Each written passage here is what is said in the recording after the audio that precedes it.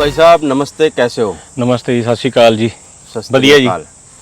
तो सबसे पहले एक बार अपना नाम बताएं, फार्म का नाम और अपना पिंड कौन सा है? मेरा नाम है जी मनकीरत सिंह। मेरे फार्म का नाम है Bhangu stud farm. Bhangu stud farm. हाँ जी, सेक्टर 88 मोहाली। मेरे को लगता है आपके चारों तरफ तो बिल्डिंगें बन गई। पिछली बार जब घोड़े का वीडियो किया था, जब बिल्डिंगें थी नहीं मेरे हिसाब से। हाँ, इस टाइम पे बहुत ज़्यादा डेवलपमेंट हो चुकी है हमारे यहाँ पे। तो सब जमीनें बिक गई क्या? नहीं, अभी कुछ बाकी है जी।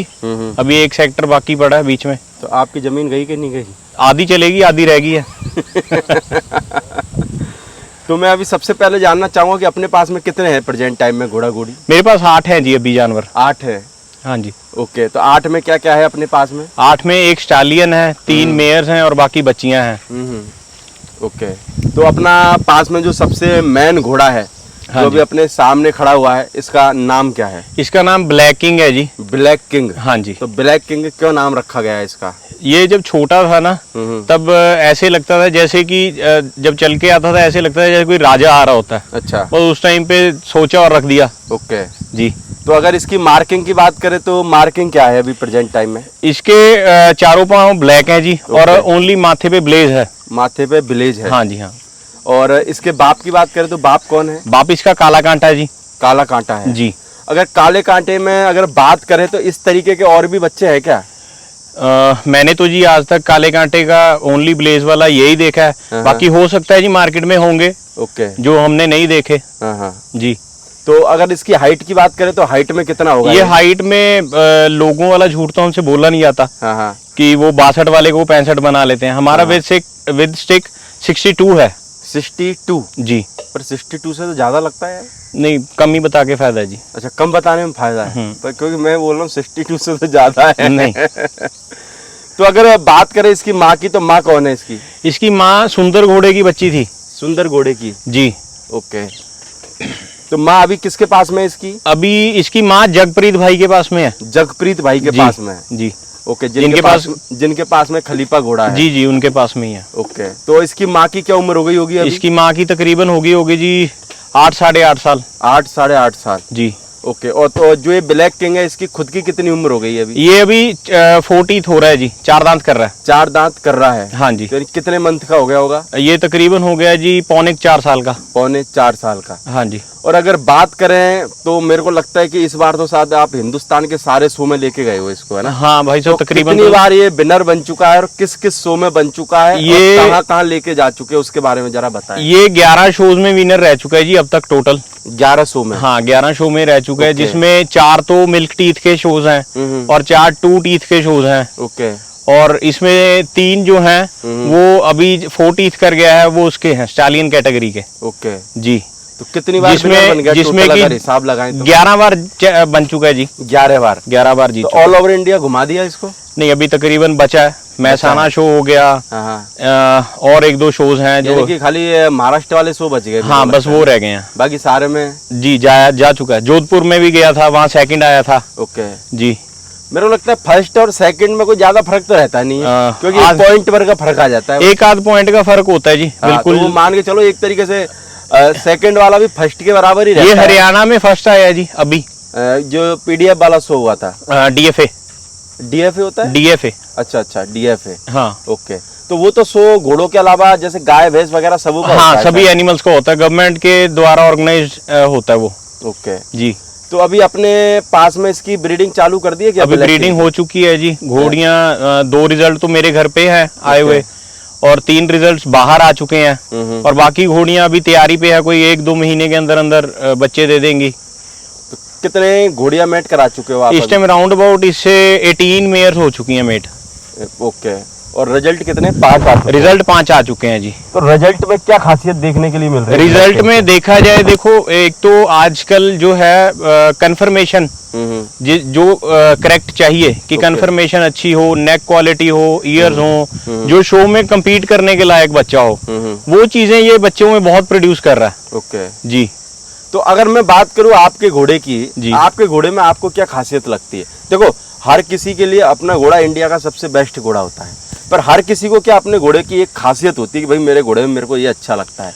तो आपको अपने घोड़े में क्या अच्छा लगता है? मेरे को एक तो इसकी लाइनेज बहुत अच्छी लगती है, जो इसकी मदर और फादर दोनों की तरफ से बहुत अच्छी है। ओके। और दूसरा जो है, मुझे इसकी प्रेजेंटेशन बहुत अच्छी लगती है। यानी खड़ा तो बिल्कुल, हाँ, प्रेजेंटेशन में तो ये बिल्कुल मतलब जैसे पंजाबी में कहते हैं कि चिब कट देता है। हाँ, हाँ, यानी कि बिल्कुल है, यानी कि ऐसे ही खड़ा होता है जैसे जी। फोटोग्राफी वीडियोग्राफी हमेशा चली है। शोज में भी देखा है, लोगों ने तो देखा ही हुआ है इसको compete करते हुए। जब ये शोज में स्टालियंस को एक दूसरे के सामने खड़ा करते हैं तो उस टाइम पे बहुत कुछ दिखा देता है जी लोगों को ओके, कि विनर में क्वालिटीज क्या होनी चाहिए। बिल्कुल। तो इस बार ही आप लेके गए हो कि इससे पहले भी शो में लेके जाते रहे हो घोड़े? नहीं, तकरीबन 11 शोज कंपीट कर चुका हूँ जी मैं। 1100। अभी प्रेजेंट टाइम में शायद मेरे को लगता है कहीं दौड़ वगैरह की प्रतियोगिता में दिखाने के लिए लेके गए थे क्या? वहाँ पे एक्चुअली क्या था, हमारे यहाँ हमारा गांव है जी, जहाँ हमारी ये जमीन है, हाँ। उन्होंने हॉर्स रेस करवाई थी, ऑर्गेनाइज की थी उन्होंने। ओके। और उन्होंने क्या किया था कि इसको सम्मानित किया था जी। अच्छा, यानी कि मैंने एक घोड़ा बुलवाया? हाँ, नहीं, उन्होंने बहुत आए थे, सेज को भी बुलाया था, बाबा गगनदीप सिंह की सेज है जो। ओके। और बारबी भगत सिंह की है जो। और मक्खन घोड़ा जो 19 टाइम का चैंपियन है, उसको भी बुलाया गया था। अच्छा। जो विनर एनिमल्स हैं उनको इन्होंने सम्मानित किया था ओके। बुला के जी। चलो, एक अच्छी बात है, उससे भी क्या है लोगों को वहाँ पे आए होंगे वो, उनको भी, क्योंकि जो रेस के घोड़ा घोड़ी रखते हैं वो क्या थोड़ा रेस में ही फोकस रहता है। हाँ। मारवाड़ी वाले थोड़ा सा मारवाड़ी में फोकस रखते हैं, नुकरे वाले नुकरे में रखते, तो उनको भी देखने के लिए मिल जाता है। जी जी जी। और सबसे खास बात ये है ना प्रदीप भाई, अब हमारे एरिया में बहुत कम घोड़े हैं और लोगों को, लेकिन ऐसा है कि जब से हम लोगों ने अपने एरिया में रखे हैं, एनिमल्स रखने शुरू किए हैं, तब से बहुत लोगों में दिल से इच्छा हो रही है कि हम लोग भी एनिमल्स को रखें और ब्रीड करें। हमने 21,000 रुपये फीस रखी है जी। 21,000 रुपये जी। तो जैसे कि अगर बात करें कि आपके पंजाब में तो फीस का जो दायरा है 1 लाख रुपए तक है ना जी। बहुतों ने तभी 1.5 लाख करने की तैयारी में, मेरे को लगता है धीरे धीरे मीटिंग चल रही होगी अंदर जी। तो 1 लाख वाले, जैसे अभी मैं पिछले 6 दिन 7 दिन से पंजाब में हूँ, तो जहाँ पे भी मैं जाता हूँ एक बुराई जरूर होती है कि ये लाख रुपए लेते हैं, 1 बार 2 बार जंप देते हैं, उसके बाद में तो ऐसे इग्नोर करते हैं आदमी को जैसे तो वो उधारी मांगता हो उस पे। तो क्या लाख रुपए पेड़ पे, जैसे आपके यहाँ पे ये मौसमी लटक रही है कि क्या है, अनाशपाती? हाँ जी। तो क्या ऐसे लटकते हैं लाख रुपए? नहीं, देखो, जो आम इंसान है जिसने 1-2 एनिमल्स को रखा हुआ है, उसके लिए तो एनिमल को फीड करना और उसका रख रखाव ही बहुत एक्सपेंसिव हो जाता है। तो वो क्या करता है कि देखो, अपनी पॉकेट को देख के कोई घोड़ा अच्छा डलवाता है कि मेरे घर पे बच्चा अच्छा प्रोड्यूस हो जाए, है ना। लेकिन इसमें सबसे बड़ा फॉल्ट मैं मान रहा हूँ कि घोड़े वालों ने आजकल लोगों का शौक मारना शुरू कर दिया। क्योंकि देखो, अगर कोई लाख रुपया दे रहा है आपको, मैं ये चीज समझता हूँ, जो इंसान आपको फीस दे रहा है ना, तो आपका फर्ज बनता है कि उसकी घोड़ी प्रेग्नेंट होनी चाहिए। चाहे वो, अगर आप जैसे कर रहे हो कि 2 जंप दिए, तो 2 जंप में मुझे तो लगता नहीं कि कभी कभार तो घोड़ी को सही टाइम पे जंप ही नहीं मिलता, तो वो कैसे प्रेग्नेंट हो जाएगी? बिल्कुल, है ना। अगर मान लो अभी घोड़ी को एट प्रेजेंट एक जंप दिया है, लेकिन घोड़ी का अंदर से ना सही हो, अंडा वगैरह नहीं देखा हो, कुछ नहीं पता, तो कभी कभी नहीं भी रहती, वो खाली निकल आती है। अगर मान के चलो वही बंदे जो आज लाख रुपए ले रहे किसी दूसरी घोड़े के पास जाएं और वो लाख रुपए दें और वो ऐसा करे, तो मेरे को लगता है कि वो तमाम दुनिया भर की 10-15 गालियां तो फोकट में दे देंगे उसको। वो तो फिर भाई सब होता ही है, दूसरे की थाली में लड्डू हर एक को बड़ा लगता है ना। तो दूसरे का पैसा फिर आराम का क्यों लगता है उनको? यानी बात ये है जी, देखो, जो अपने पहली बार में जब घोड़ी लेके जाते, जब पैसा लेना होता है, जब तो चुपचाप से रख लेते। अगर दूसरी बार में, पहली बार में उसकी घोड़ी गब्बन नहीं रही, दूसरी बार में अगर वो फोन करता है तो उसको टाइम ही नहीं देते, ऐसा क्यों? बात ये है भाई साहब, सबसे बड़ा जो एजेंडा चल रहा है आज के टाइम पे, मैंने तो ये चीज देखी है कि जैसे मैं हूँ, मैंने तो एक चीज मानता हूँ, जो इंसान 1 लाख रुपए फीस ले रहा है जी, उसको सबसे बड़ी रिस्पॉन्सिबिलिटी तो ये लेनी चाहिए, अगर घोड़ी अंदर से साफ है, चाहे वो इस बार नहीं प्रेग्नेंट रही, तो अगली बारी फिर करवा दो। क्योंकि यार उस इंसान की तरफ भी देखो ना, जो आपको लाख रुपए दे रहा है। फिर लाख रुपए लेने वाले ये और बोलते हैं, मेरे को कभी कभार हंसी और आती है कि कवरिंग के पैसों से हमारा घर थोड़ी चल रहा है। तो भाई, वो कवरिंग का 1 लाख रुपए आ रहा है, तो वो क्या तू गुरुद्वारे में दान में थोड़ी दे रहा है? भाई साहब, बात तो ये है जी, जो लोग ये कहते हैं ना कि 1 लाख रुपए से हमारा घर नहीं चलता, वो सबसे बड़ा झूठ बोलते हैं। या तो फिर वो ठीक है, जो पैसा या तो फिर ऐसे करो, उन सबों को तुम दान पुण्य में लगाओ फिर, या तो फिर ऐसे करो कि घोड़ियों की 1 लाख रुपया लो ही ना, मीटिंग फीस फ्री कर दो, क्योंकि तुम्हारा काम चल ही नहीं रहा। क्योंकि उससे तो काम चलता ही नहीं है। और जो ऐसा फ्री नहीं कर सकते और कह देते हैं कि हमारा काम नहीं चलता, तो उनको ये चीज बोलना ही नहीं चाहिए मार्केट में। बिल्कुल।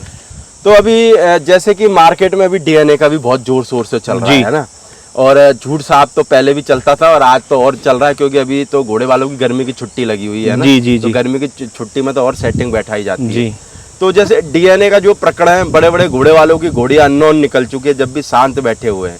तो आप क्या मानते हो, डीएनए वास्तव में ठीक है या फिर डीएनए भी झूठा है? भाई साहब देखो, डीएनए करवाने का बहुत अच्छा, स्टालियन जिसके पास में है ना, उसको तो बहुत अच्छा है। यानी मान के चलो मैं नया बंदा हूँ जी, अब आप मेरे को ये समझाओ कि भाई डीएनए कराने से मेरे को क्या फायदा मिलेगा? डीएनए से ये फायदा देखो, जैसे अब मैंने मान लीजिए अब मेरे पास स्टालियन है, मैंने अपना घोड़ा रजिस्टर करा रखा है, तो उसमें क्या होगा, जितनी घोड़ियां मेरे स्टालियन से मेट होंगी या उसके जो बच्चे मार्केट में होंगे, उसके बारे में टोटल मेरे पास इंफॉर्मेशन होगी। लेकिन जो फेक बच्चे बना के बेचे जाते हैं मार्केट में कि आलीशान का है, काला कांटा का है, जब वो वास्तव में निकलते ही नहीं है कि काला कांटा का होता ही नहीं है, बाद में फिर लोग क्या कहते हैं, चुप करके बैठ जाते हैं। इससे अच्छी बात है कि जब आपका एनिमल जो बता के दिया गया अगर नहीं निकलता, तो आप उस ओनर से पूछिए कि भाई तूने मेरे को काला कांटा का कह के दिया था लेकिन ये निकला नहीं, अब बता क्या करे। या तो तेरे ऊपर कानूनी कार्रवाई करवा दे, या फिर तू ऐसे कर अपना एनिमल वापस ले और हमें हमारे पैसे वापस कर ले। कुछ ना कुछ तो होना चाहिए ना इस चीज में। एक चीज देखिए कि घोड़े वाले को ये भी पता है कि भाई हमको पागल बनाया गया, तब भी वो चुप बैठा रहता है, ना कुछ बोलता है। ऐसा क्यों? भाई साहब असल में यानी ऐसी क्या मजबूरी है? मैंने एक चीज देखी है, जो न्यू कमर है ना, उनके मन में एक तो बहुत बड़ा डर है।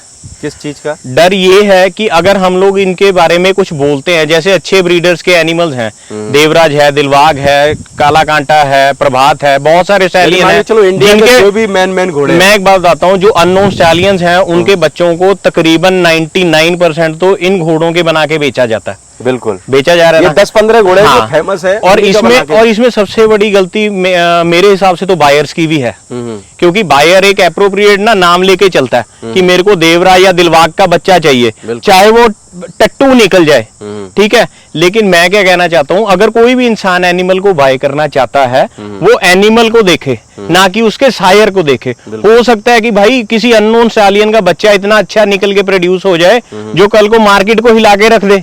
जरूरी तो नहीं होते कि भी आलीशान के सारी स्टार बने होंगे। पर इसमें एक चीज और है ना भैया, अब मान के चलो किसान के पास में कितना भी अच्छा बच्चा आ जाए, बताओ उसकी क्या कदर है? बताओ आज किसान के पास से फसल जाती है मंडी में, बताओ आपको रेट मिलता है कि बराबर?